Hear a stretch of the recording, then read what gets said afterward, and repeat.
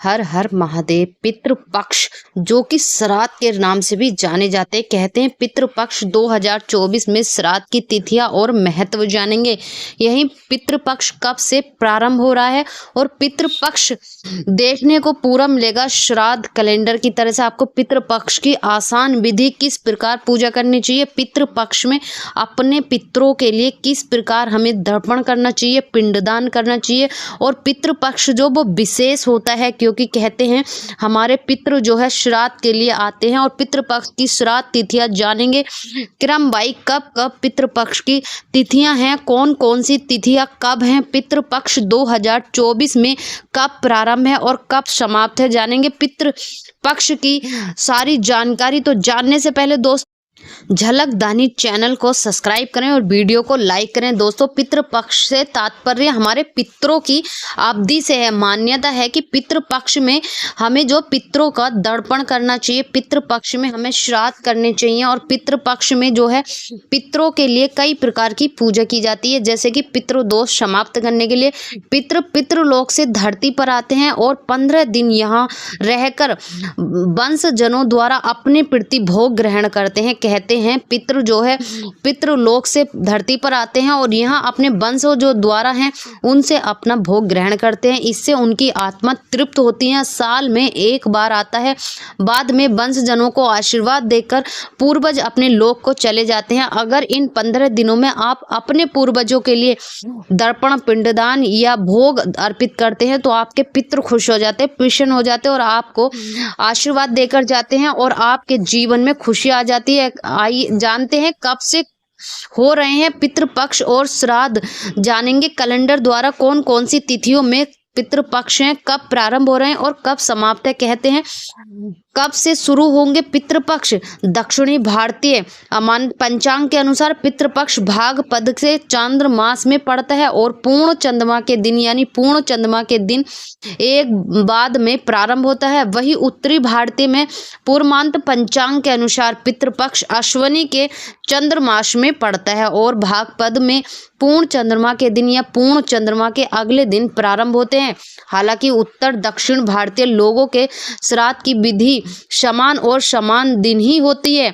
इस साल महालय की शुरुआत भाद्रपद पूर्णिमा यानी 17 सितंबर 2024 मंगलवार से हो रही है और यह बुधवार 2 अक्टूबर 2024 को अश्विनी अमावस्या तक चलेगी। कहते हैं पितृपक्ष के जो 15 दिन हैं वो 17 सितंबर से लेकर 2 अक्टूबर तक हैं। इन 15 दिनों के दौरान पूर्वजों की आत्मा की शांति के लिए आपको श्राद्ध करना चाहिए, दर्पण करना चाहिए, पिंडदान करना चाहिए और यहीं पर वस्त्र दान करना चाहिए। गंगा जी वगैरह में अपने पितरों के लिए दर्पण करना चाहिए। कहते हैं यह मान्यता है कि पितृपक्ष में श्राद्ध करने से पितरों का ऋण भी चुक जाता है और इसके साथ ही पितरों को मोक्ष की प्राप्ति होती है। पितृपक्ष को महालय के नाम से भी जाना जाता है। अंतिम दिनों में सर्व पितृ अमावस्या या महालय अमावस्या के नाम से जाना जाता है। अगर पूरे 15 दिन आप नहीं कर पाते हैं या छूट जाते तो अमावस्या का दिन आता है, जो पितृपक्ष में अमावस्या सबसे मुख्य दिन होता है। इसमें जानते हैं पितृपक्ष 2024 में पूरा श्राद्ध कैलेंडर तिथि का महत्व है कि किस किस दिन पड़ रही हैं। और इस पितृपक्ष में अगर आप जितना प्रसन्न कर सकते हैं अपने पितरों को, उतना ही आशीर्वाद ले सकते हैं, अपने जीवन के सारे दुख परेशानी दूर कर सकते हैं और अपने पितरों का आशीर्वाद लेना बेहद जरूरी है। आपके जीवन से सारे कष्ट, सारे दुख, सारी परेशानियां निकल जाएंगी। यही बात करते हैं पितृपक्ष की शुरुआत भाद्रपद पूर्णिमा से सर्व पितृ अमावस्या तक रहता है। साल 2024 की शुरुआत 17 सितंबर 2024 से हो रही है और इसका समापन 2 अक्टूबर 2024 को होगा। देखेंगे श्राद्ध कैलेंडर की तिथियां कब कब हैं। 17 सितंबर 2024 मंगलवार भाद्रपद पूर्णिमा श्राद्ध है। यही दूसरा श्राद्ध बनेगा 18 सितंबर 2024 बुधवार अश्विनी कृष्ण प्रतिपदा श्राद्ध बनेगा। 19 सितंबर 2024 बृहस्पतिवार अश्विनी कृष्ण द्वितीय श्राद्ध पड़ेगा। सितंबर 2024 शुक्रवार अश्विनी कृष्ण तृतीय श्राद्ध। 21 सितंबर 2024 शनिवार अश्विनी कृष्ण चतुर्थी महाभरणी नक्षत्र चतुर्थी श्राद्ध। 22 सितंबर 2024 रविवार अश्विनी कृष्ण पंचमी श्राद्ध। 23 सितंबर 2024 सोमवार अश्विनी कृष्ण षष्ठमी श्राद्ध। 23 सितंबर 2024 सोमवार अश्विनी कृष्ण षष्ठमी श्राद्ध। 24 सितंबर 2024 मंगलवार अश्विनी कृष्ण अष्टमी श्राद्ध। 25 सितंबर 2024 मंगलवार अश्विनी कृष्ण नवमी श्राद्ध।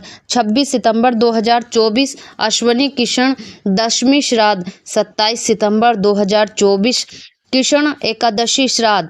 29 सितंबर 2024 रविवार अश्विनी कृष्ण द्वादशी श्राद्ध। 29 सितंबर 2024 रविवार अश्विन मघा नक्षत्र मघा श्राद्ध।